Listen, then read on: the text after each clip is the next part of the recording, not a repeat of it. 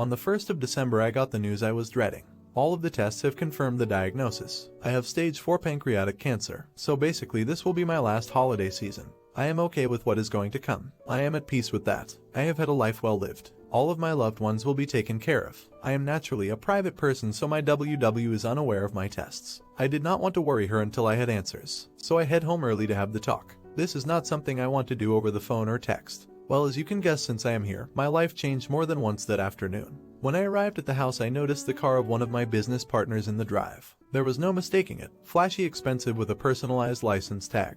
To say this is out of the ordinary is an understatement. I pull up our home camera system on my phone and notice it is in privacy mode, not recording. So I let it be and drove off to my farm property. Now our camera system is for safety and I never look at it unless there is a concern.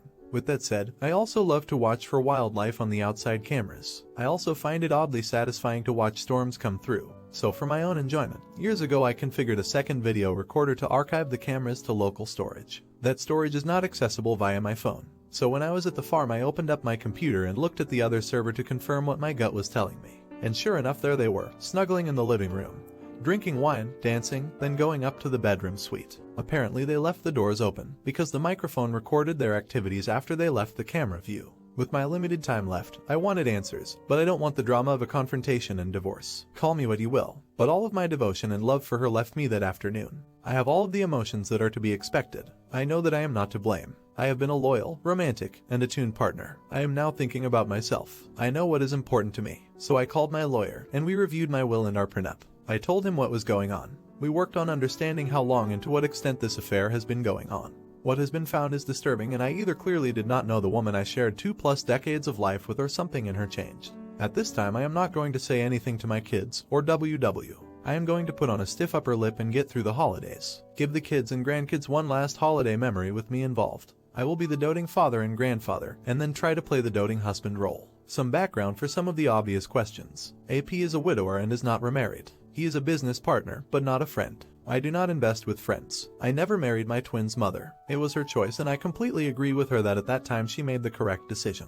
My kids' mother married a very wonderful man when the kids were 7. Sarah and Steve never had kids of their own. I got my head out of my ass when the kids were 3. I have been very involved with them before that, but that is when I started my road to be the father I wanted to be. Sarah and I co-parented well together, and I would call Steve a friend. Sarah, Steve, and I are in our 60 seconds. Jane is almost 60. AP is in his 50 seconds. Jane and I are both in our first marriage. We were in our 30 seconds when we married. What do I need? An outside outlet and release valve. If I am going to accomplish my goal, I need to vent my anger and talk through my situation. What better outlet than internet strangers? I am at peace with how and when my life will conclude. Christmas is a week-long affair every year. Let me know what you're thinking right now in the comments section. We spend Christmas through New Year on the farm. We cut down a tree after everyone arrives. We decorate, cook, play, and celebrate as a family. Sarah and Steve have been a part of this tradition since I bought the farm. I remain steadfast in not telling anyone until after the new year. If I told Sarah, she would not be able to keep it in. I don't want to place Steve in a position to lie to his wife. I want the kids and grandkids to enjoy the week. We will have plenty of time to cry and prepare in a few weeks. Jane's presence this week will just be a small detail in the long run. Really, I don't care about her anywhere near the rest of the family. The finances are very interesting. Jane and I met and were married after we both were very established in our job and wealth. She had a good job with a great pension. She also had 2 inheritances that were in a trust. We agreed early on that we were both comfortable and we would not disclose to each other our entire worth, by her insistence. We also have a prenup where any property in or trust that predates the marriage and any income from those resources are not considered marital property. Again, on her insistence. Now I have provided both properties. I purchased the travel, food, and fuel. Basically, I support her 100%. Her income and wealth is spent by herself. She purchased her car, clothes, personal travel, and cosmetic surgery. She is a very beautiful woman on the outside but has shown she is very ugly inside. A few days after I got my diagnosis, I announced my retirement from the non-profit. Now knowing what I know, I noticed Jane was a bit uncomfortable. I can guess why. I will be around more often. So tomorrow is my last day of work. Now I will be focusing on spending time with the family. I gave the camera server info to my lawyer and gave him access from his office. So I don't know if they had activities again, but I would assume yes. Again, I don't care at this point. I know who I am and what is my worth, and AP is a big step down. As flashy AP is, I am low-key. I drive a 15-year-old pickup truck. I like jeans and t-shirts and coveralls in the winter. I know for a fact that AP does not have anywhere near the wealth that Jane thinks he does. How? Since the trust has invested in his business, I get quarterly financials. I don't tell anyone how much I have, that is between my accountants and me. But let's just say that the trust has been growing for 30 years. I live a modest life, and there is enough there for my great-great-grandchildren to enjoy the farm and have their education paid for. Once Jane knows what she lost, that will be her reckoning. I just won't see it. December really got busy. We did our normal social rounds these last weekends. AP was at one of the parties. It was hard to not keep an eye on Jane and him. I don't think I was caught. With being so busy and wrapping up everything at the job, I have had an easier time keeping it together. Jane has not expressed anything that would lead me to conclude that she knows I know. I am not proud of this, but I still sleep in the same bed.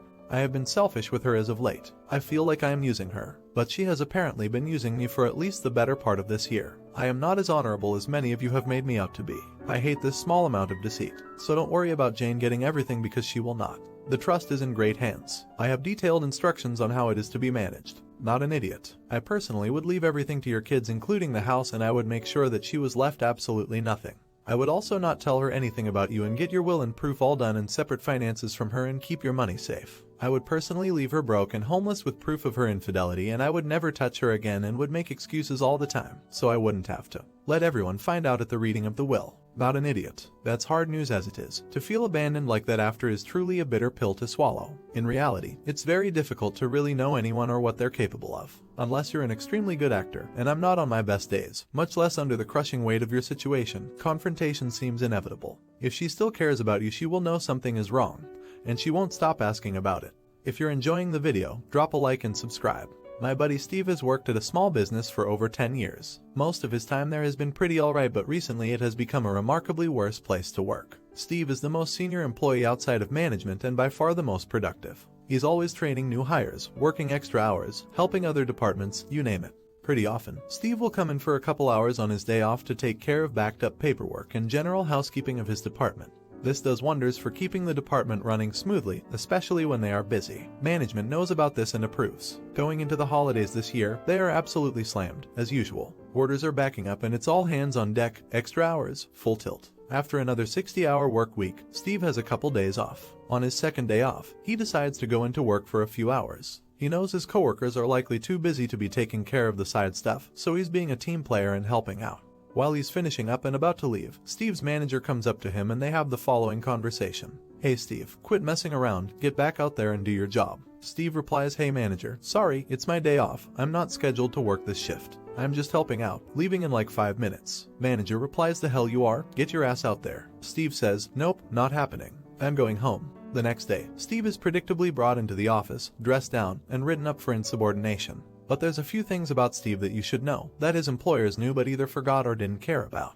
1. Steve has been getting fed up with his employer for a while now. 2. Steve is quite financially stable, as he works in a high-demand industry, and his wife also has a fantastic well-paying job. 3. Steve is about to become a dad. In fact, he is very close to becoming a dad, right after the holidays most likely. So, Steve is in the manager's office, just finished getting talked down to, and handed his write-up to sign. Steve signs his write-up and hands it back, along with an envelope with a short letter inside. "What's this?" Manager asks. "By 2 weeks' notice." Cue the backpedaling. Manager is apologetic, asks for Steve to at least finish the holiday rush. The big boss comes in and offers a raise if he stays, the whole shebang. Steve turns it all down. Now Steve's former employer has to get through the holidays without their most reliable worker, which will take at least 2 or 3 new hires to cover. Meanwhile, Steve can enjoy the holidays without stress, help prepare for the arrival of their baby, and start looking for work again when they're good and ready. Edit. Obligatory while this post blew up reaction. Some clarification. Steve's position is hourly, and he got overtime pay for the extra hours. The stuff he worked on during these extra hours would collectively save his department a lot of time and headaches. That's why he did it.